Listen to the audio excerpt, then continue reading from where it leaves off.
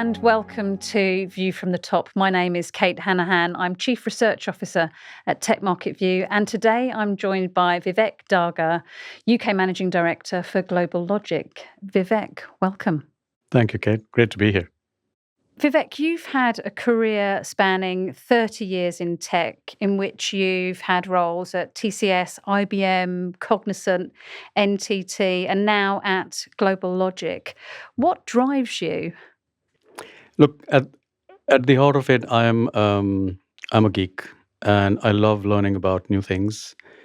I think every industry affords people the opportunity to learn new things, but for me personally, I feel that being in the tech industry, the evolution that we have seen over all those years, the opportunity that affords you to learn new things and to apply them and see them in action.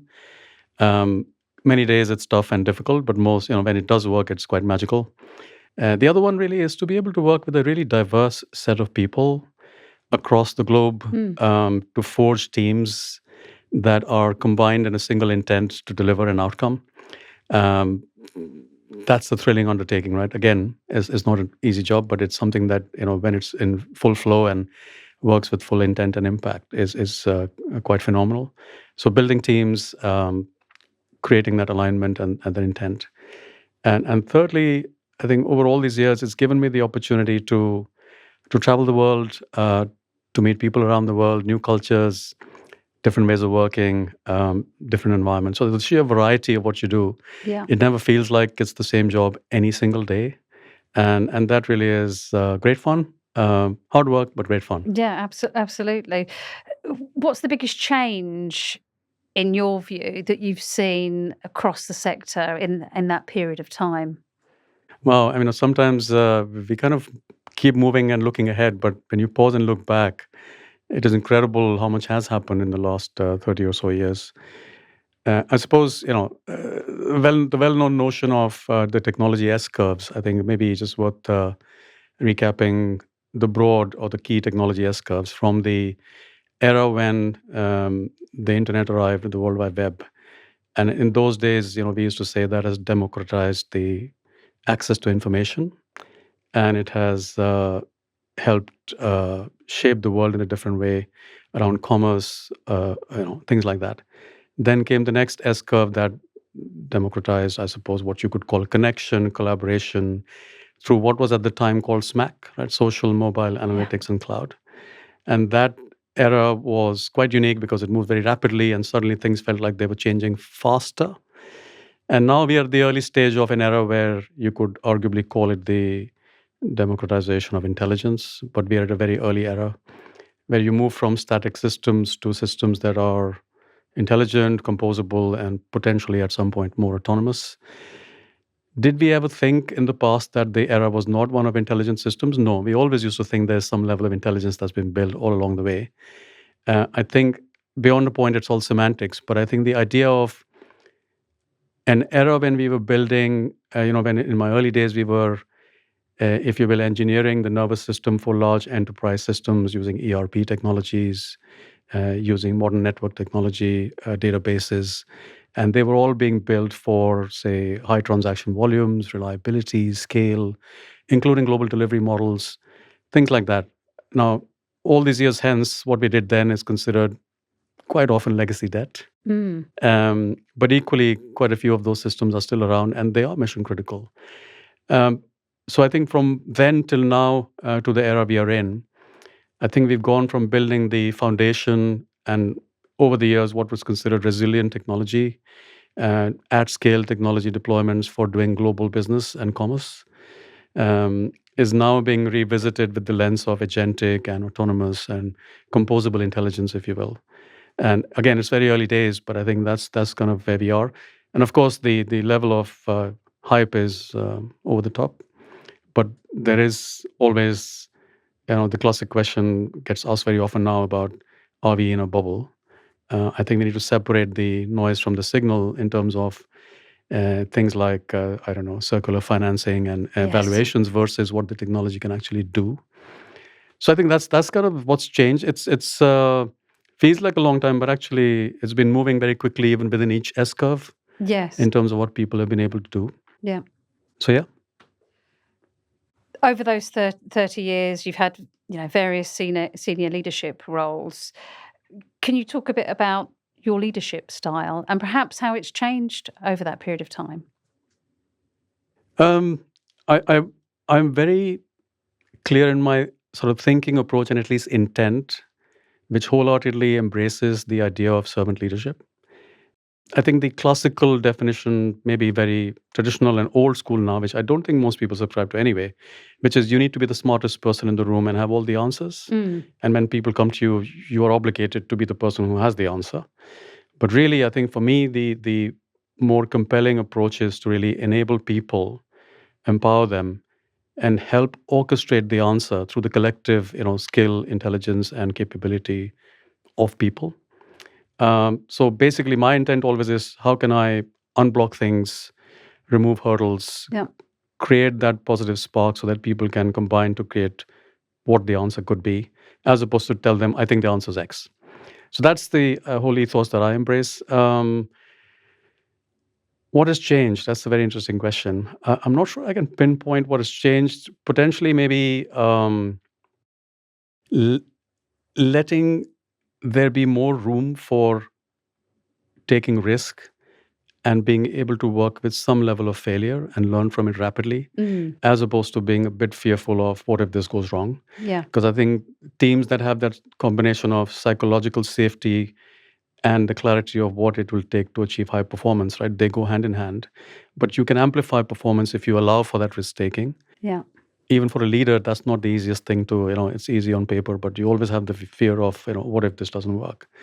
But that over time, I think I've got maybe from a point where I was very intense and intentional about let's not make it, go the wrong direction to let's kind of really think it through, give it a shot, and make sure that we are ready in case it goes off the rails and we learn from that.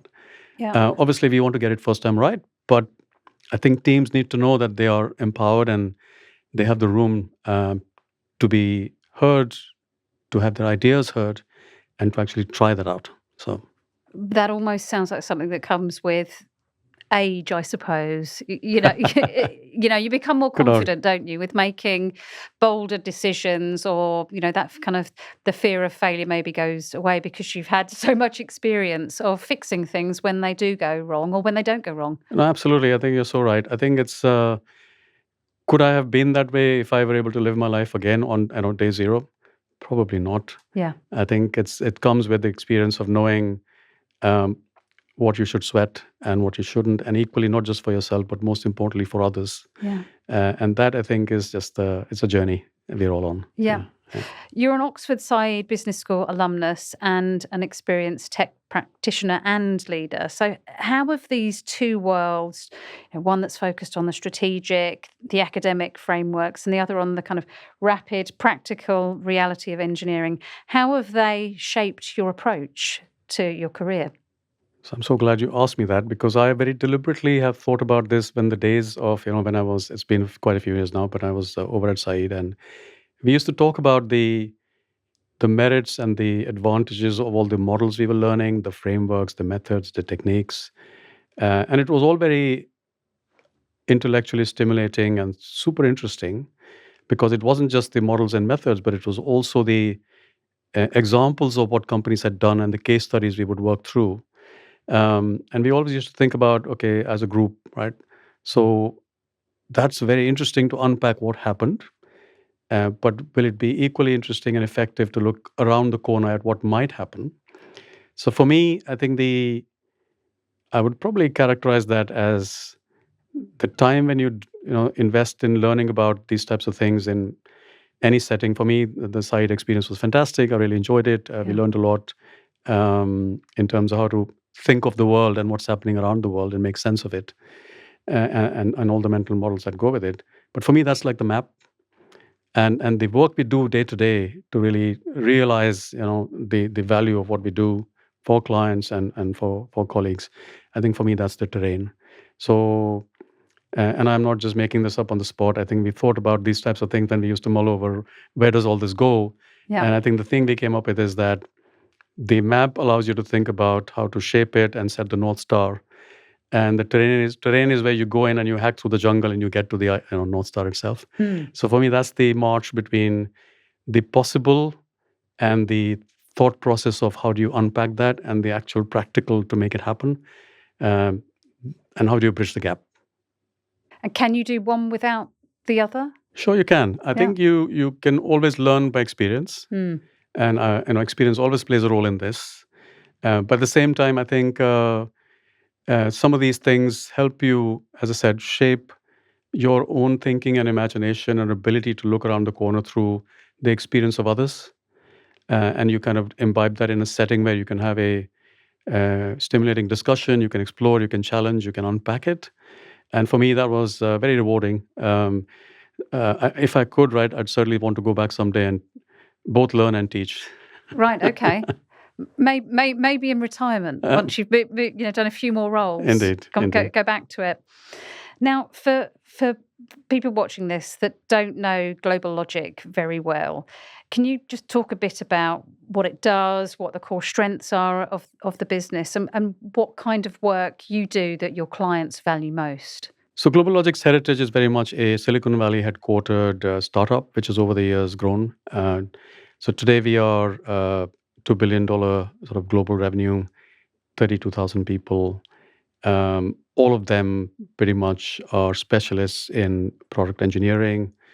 But let me kind of describe the full, let's say, life cycle of what we do, which ranges from product strategy and design to core product engineering to what we call intelligence engineering, which includes data analytics and now increasingly generative AI, agentic AI, followed by what we call embedded engineering, which includes a lot of what we do with Hitachi and others in sectors like automotive and industrial, IT, OT, and embedded engineering from chip to cloud. That is then underpinned by legacy modernization and business transformation. So we are quite focused in terms of the DNA and the heritage is very much product engineering native. Our roles, our skills, our way of working have all evolved through an era when we were running product labs for ISVs and software vendors. And over the years, then that portfolio has grown and grown and grown as we have done more things around that. What clients value us for very much is, and I can cite an example just literally from this morning. I was with someone who'd never met us before, and we were talking to them. And at the end of the meeting, they said, what I really liked is the fact that you are specialists and you are very engineering minded, and you are not the classic consultant playbook, rule book, sell us some methods and frameworks. You actually are talking from the experience of having done it. And that experience really is coming through loud and clear in terms of the choices you made, the approach you took, and how you engineered things. Yeah. So I think that works well for us. And that's something that is, I would say, pervasive in the organization and how we think of ourselves and our value to clients, that engineering first mindset and that culture of engineering solutions. And when you joined the UK and Ireland business as lead a couple of years ago, what was your initial mandate and what were you most focused on putting in place? So when I joined, it's sort of been about 18 months. The UK&I business had grown substantially through two acquisitions, one in UK and one in Ireland. The mandate really was to then build the next phase of growth for UK and Ireland. Acquisitions are hard work, and they need to be put to work to really create that next phase of momentum and growth. So the clarity of what are we going to focus on in the market in terms of the industries and verticals, in terms of the services, the segments that we will show up and really engage proactively, the go-to-market engine that needs to be built to really ensure that we are having the right conversations and we are proactive, consultative, and intentional in how we show up. So all of that, I think, has taken us to a point where we have gone from a position where the brand necessarily being very North America or America-centric has needed some work for us to be ready to be present in this market and to be, in the right conversations in the market. And we've done all the work to be ready, to be fit, and to be, ready to engage. And we are now picking up and having a lot of the right conversations.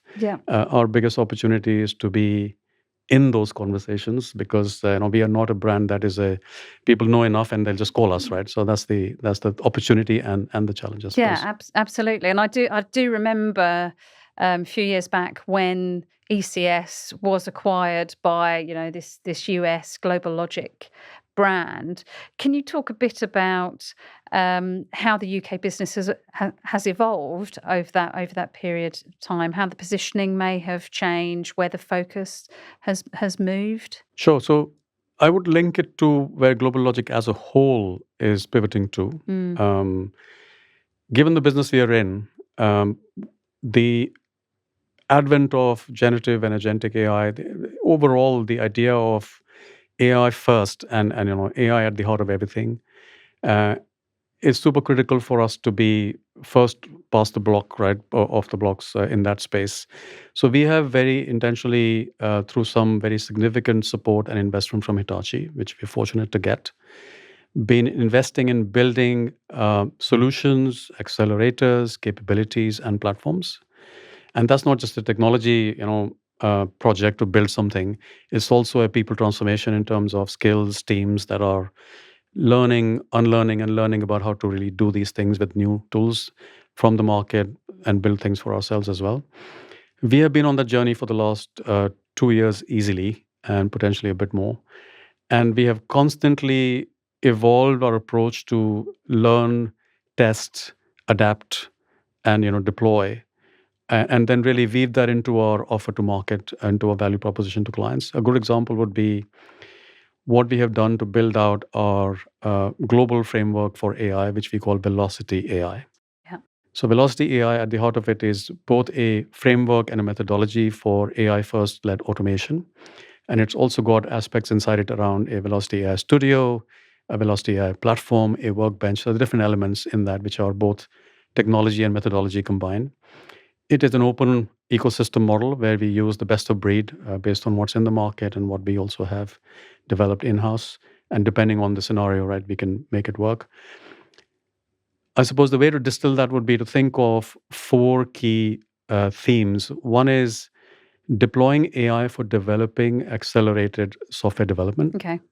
Second is AI for enterprise, as in solving for business use cases or business processes. Third is AI for operations, and the fourth is physical AI, which is very much is the IT/OT industrial aspect, Yes. automotive, etc. And in that, we can go the full spectrum from advice to um, POC to deploy and Okay. scale. And we have deployed that in Hitachi as client zero, Yeah. which is a unique opportunity that we had because Hitachi were prepared to support us with money, time, and be the buyer of the things that we were developing. That has enabled us to now get to a point where we are confident that we are on. I don't think this is one of those where you can say you're done. You're on a journey and Yeah. you're never done. But we have taken it to a point where we are ready for taking it to market, having deployed that with Hitachi business units, some of them as client zero. The learning has been massive. We've had global teams of engineers working all around the world on these projects. So it's uplifted our ability to deploy those teams who know how to build these things. So that, I think, has uniquely positioned GlobalLogic as well to do this in UK, around the world, with the benefit of what we have done with Hitachi, and to show up with clients to talk about what is disrupting their business and what is enabling our business to be relevant to where they want to go. Yeah. It's a very practitioner-led discussion. It is not a let me show you some frameworks and PowerPoint to tell you how AI could change your world.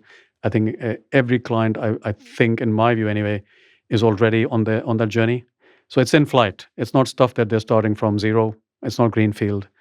And only through being a practitioner and being well into that journey can you have a meaningful conversation. So that is super exciting. And for me, that is the opportunity that we show up for in the market. You've mentioned Hitachi a few times, and GlobalLogic is a Hitachi business these days. But as we're recording this, just the other day, there was a big change announced, which was Hitachi's plans to integrate GlobalLogic with Hitachi Digital Services as part of its Lumada 3.0 strategy. Before you explain what's happening and why it's important, can you tell me a bit about Hitachi and that Lumada 3.0 strategy? Have I pronounced it correctly? Absolutely. And, I owe you a special thanks for asking me this question, because this is something that I feel absolutely fascinated by, because I learn new things about Hitachi every day. But let me ask you a pop quiz question. Go on And I'm hoping this will be a little known fact for most people, Okay. if not even a fun fact. What does the word Hitachi actually mean? I don't know. Is it some kind of Japanese sake? Well, good try. So the word Hitachi, I think, or the word Hitachi in itself and the meaning of the word, I think, is in my view of it, is the very crystallization of the ethos of the group, in what it believes in. And really, and I'll tell you in a second, but the way to position that for me would be, people think Hitachi is many things from the past, right? They used to do a lot of consumer electronic stuff, etc. Off late, I think most people have an impression that the Hitachi is a big manufacturer, industrial something, conglomerate. But at the heart of it, Hitachi is a social innovator, right? And the social innovation ethos is what drives the group strategy. And the word Hitachi actually means rising sun. Okay. So he means sun and Tachi means to rise. And to me, that is a fantastic encapsulation of the idea of a company, a group that through its ethos of social innovation is building many of the systems that the modern world runs on: energy, transportation, industrial systems. There's several businesses under each of these. And of course, then there's the digital business, which is where Yes. GlobalLogic and Hitachi Digital Systems and Hitachi Vantara, Hitachi Solutions fit. So the idea of Hitachi's focus on social innovation then informs what it does with Lumada, which is not just to build these systems that run the modern world, which, by the way, is not the flashiest variety, right? It's the thing that is silently running, and a bit like the rising sun every day, it just rises reliably, and Very then it moves the reliably, world forward, right? And it's a great analogy in my mind of the areas in which Hitachi works, right? Energy is in the background, right? It's not something that's like your gadget in your hand every day. So thinking of that, Lumada really, again, is another word which is a combination of two words. It's been derived from the word illuminate and data. And the whole, if you will, ethos of Lumada is around, it's a platform which combines data across different systems, both IT and OT. But it's also a strategy which, at its heart, illuminates the data that is trapped in physical assets. And through that, it looks to solve, the biggest societal problems around energy, around transportation, and so forth, right? So that's kind of Lumada 3.0 is all about that intelligence applied to physical systems that are critical for societal needs. And how do you bring that to the fore to make them smart, to make them reliable, to make them sustainable, and really make people's lives better? So that's kind of Hitachi for you in a nutshell. Going on to the integration. So again, GlobalLogic, and I'll just abbreviate Hitachi Digital Systems, we refer to them internally as HDS, right? HDS and GlobalLogic are massively complementary businesses.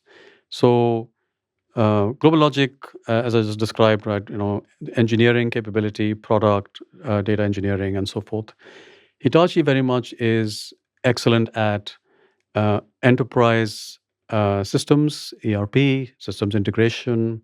They are fantastic at availability, infrastructure management, cloud modernization, site reliability, and every aspect that goes with ensuring that client systems are available, resilient, and are performant, and all aspects that go with that to make them modern and resilient. So the combination of these effectively gives Hitachi and the joint entity the ability to be, number one, more end-to-end in our ability to create client value and impact, because you then get not just the combination of the capabilities, but you also get greater reach in terms of the global footprint, different delivery centers, more diversification in terms of our ability to service clients, It also then allows us the ability to build forward in an AI-first world with our individual, capabilities and join them up. Because increasingly, as clients are looking for outcomes, the outcomes need to be viewed in terms of as long as you can go in the value chain from front to back, as opposed to in part of that value chain. So in our ability to seamlessly, or at least to the extent we can together, join up a singular view of the value chain of impact for our client, coming together is almost a no-brainer, right? That we should be doing that. Just to be clear, it's not the first time we would have worked together. We already work together. Do we do that every day for every single thing? No. But this is not new in terms of our intent and our desire and our also opportunities where we have worked together. So it's not new muscle. It will make it faster. It will make it easier, and it will get us to market impact and client value. With Hitachi really giving us the ability to do that together, right? Yeah. So that's just acceleration of what we have all desired to do. Yes. And I think in the course of 2026, we'll continue to catch speed, and then we show up together in the market to do that. One of the things that we've spoken about recently when I came to your offices was about the staff that you've got kind of here in the UK, but also this huge capacity that you've got, particularly in Europe. Can you talk a bit about your kind of global talent model and how you're maximizing that for your customers here in the UK? GlobalLogic, for its size at 32,000 people, has an incredible talent pool in around the world, of course, but particularly the most sizable talent pools are in Eastern Europe and in India.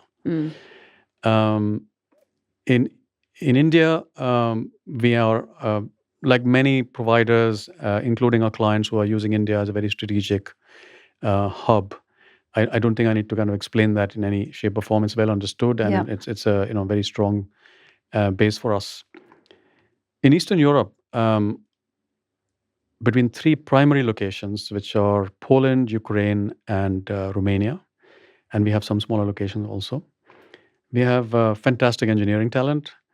So we are able to service, when you particularly consider things like data jurisdiction, you consider nearshore time zone requirements, and you consider the need for deep engineering talent. I would say we are doing a lot of work for UK clients with both, of course, India, but also significantly with Eastern Europe, because the combination of skills and talent in that region and just the proximity, as well as the ability to work together in the same time zone, helps us do that faster while using the time arbitrage with India. Equally, we have recently acquired a company which is Europe-based and largely Europe footprint, called Sinvert. It is part of our continuing focus on being differentiated in the market in the data analytics and AI space. So Sinvert is a company of roughly about 600 people. They are predominantly based, there are multiple locations in Europe, but predominantly in Germany, in Portugal, and Spain. They bring to us exceptional high-end capability in these domains, which includes both advisory, architectural, as well as delivery capability. And it will again enable our UK clients to benefit from that depth, because it's again complementary and it adds to our depth and breadth in this space, which is clearly core for us. HDS then brings another additive capability in terms of delivery locations in Europe and, of course, India and other parts. So if you consider the breadth of what we've got, I think our footprint is still specialist. But I think the ability to deploy nearshore, offshore, and in-country, I'm not saying this is like a model that no one else has built, but for me, at least from my experience so far of looking at this in other companies, which does work well, because this is specialist and engineering focused, I just find that the whole ability to deliver, the ability to collaborate between people who are all like-minded engineers and are really very tuned into how to solve for things, right? It's just like there's the mindset of, we're going to figure this one out. And let's look at what's in the market. Let's try it out. Let's experiment with it. And all of that, I think, combines wonderfully. Yeah. And so that gives us a really extended ability to draw on all of that for the benefit of UK clients. Yeah. And speaking of UK clients, financial services is a major client for you. But banks' expectations of their technology partners has evolved. How is GlobalLogic in the UK adapting its proposition to stay relevant to UK banks today? Look, the banking market is a very mature, um, is made up of a very mature set of buyers. And I use the word buyers in terms of the concept of knowing what you want, having a procurement model which is very regimented and is finely tuned in terms of scope, price point, deployment. It's been one which has also adapted and implemented global capability centers in India. So in terms of the skill, the expertise, the breadth and depths of the major banks to really source as well as to build for themselves, it's at a very high level, right? In that space, for us to show up, we have to really solve for the more complex problems. We are not going to be solving for scale for them. We are not going to be solving for skills for them necessarily. Yeah. We have to show up to solve for something that is more complex, and they need specialist help for that. And that's where we are focusing, right? Which is there's a few themes which are well understood, but I think the challenge is not so much the knowing the what, it's the how. Yeah. And the what really is a couple of examples. One is really building a data foundation which enables them to get to a place where they can reliably work with data that'll give them accuracy, reliability, and the ability to build agentic models and use cases on top of that foundation is no mean task, right? Banks have grown over the years with many different types of technologies and data stores, databases, data architectures. And I don't think the answer is always going to be let's have one of each. I mean, big banks don't lend themselves to that, nor is it the right answer necessarily. But the architectural approach, the ability to, in an agile fashion, look at what is the art of the possible and then to really build something that they can trust and rely on, to modernize, I think is where we are having conversations. Right. In general, we are operating across the spectrum, not just the big pillar banks, where we are having conversations. And I would say not all of them we've been able to get to, because again, some of them don't even know who GlobalLogic is, right? So we've got to really find a way to show up. And I think I find that when we are able to get to the right individual, invariably that leads to something in terms of a follow-up and really they like what they hear, etc. It's the getting to them which is my first hurdle. Absolutely. And I do often think with the GL brand that it is, it flies under the radar, I think, a bit in the UK. But once you discover it and the capability, you can, it's a very intriguing company. And I think especially now as part of the Hitachi family. Indeed. And those added capabilities. And retail is another important sector for you in the UK. What are retailers here asking for you today that they weren't asking, even just a few years ago? It's a very interesting space. Look, some things are, I would say, in some respects, the essence of it is unchanged. It's just how you get it done. So the idea of omni-channel personalization at scale, the idea of dynamic pricing, these things are not new in terms of the intent and the desire. But the importance of these and how you get to these means that many retailers are looking for modernizing their legacy systems because they need that. Equally, the idea of what was dynamic pricing then to the idea of now dynamic shelf, which looks at real-time inventory across physical and digital stores, which looks at the ability to allow for seamless returns. Those things have always been important items, but now they are table stakes that retailers have to solve for, because if they didn't, customers won't come to them. So that's one aspect in terms of the what is maybe similar, but the urgency and how you get it done, there's need to really invest. Secondly, I think it's a bit early maybe, but I certainly think it is emerging, is the idea of agentic commerce. I think different retailers have a different view in terms Okay. of whether they're worried about it right now or not. I would say for the most part, it still feels very early. But at some point, this will become a thing. And that still means that what the journey they're on to modernize, all those things are still valid. But yeah, that's let's say an early trend we need to keep an eye on. Yeah. Okay. Actually, you mentioned physical AI earlier. In the rail and energy sectors, you're talking about physical AI quite a bit, so bringing AI to social infrastructure. What is the biggest hurdle in bringing AI into something as mission critical as, I don't know, signaling system or a power grid?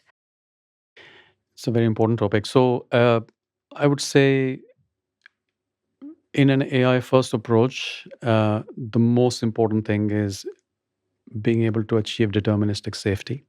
Okay, what's that? So in a lot of the models we're talking about, they're probabilistic.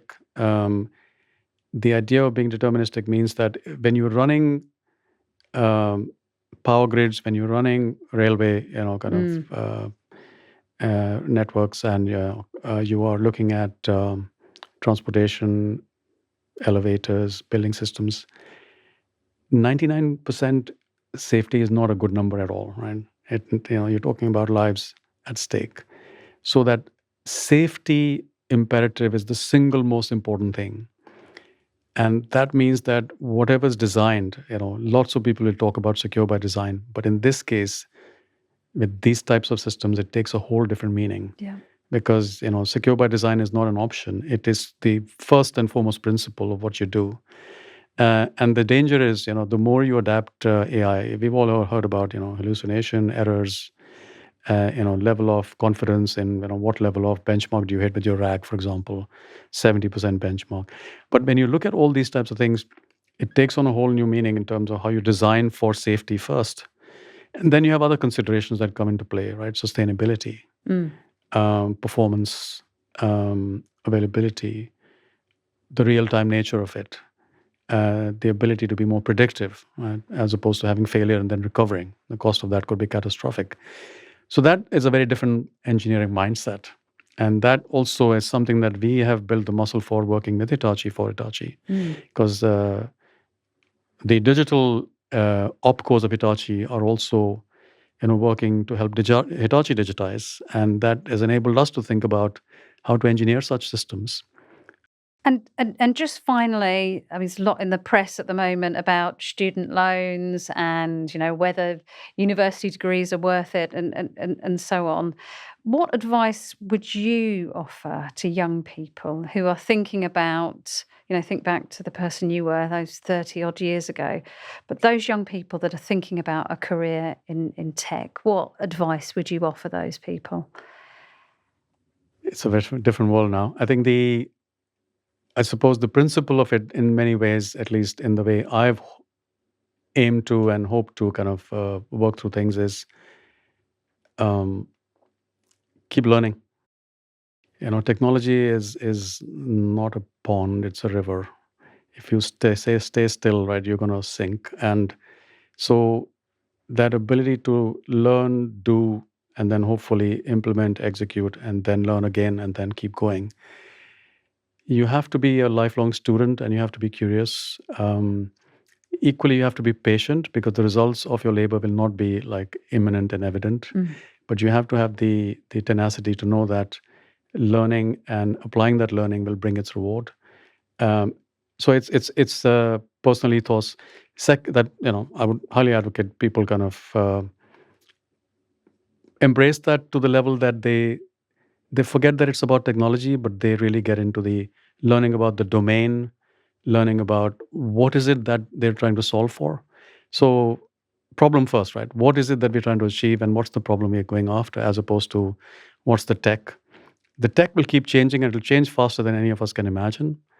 And it's already happening in front of our eyes. So those who can work with any type of tech but are clear about what is it that we are solving through tech. Yeah. Again, was that principle different many years ago? Not really. But I think we have to keep reminding ourselves about when you get into tech, you always get swept up by the tech.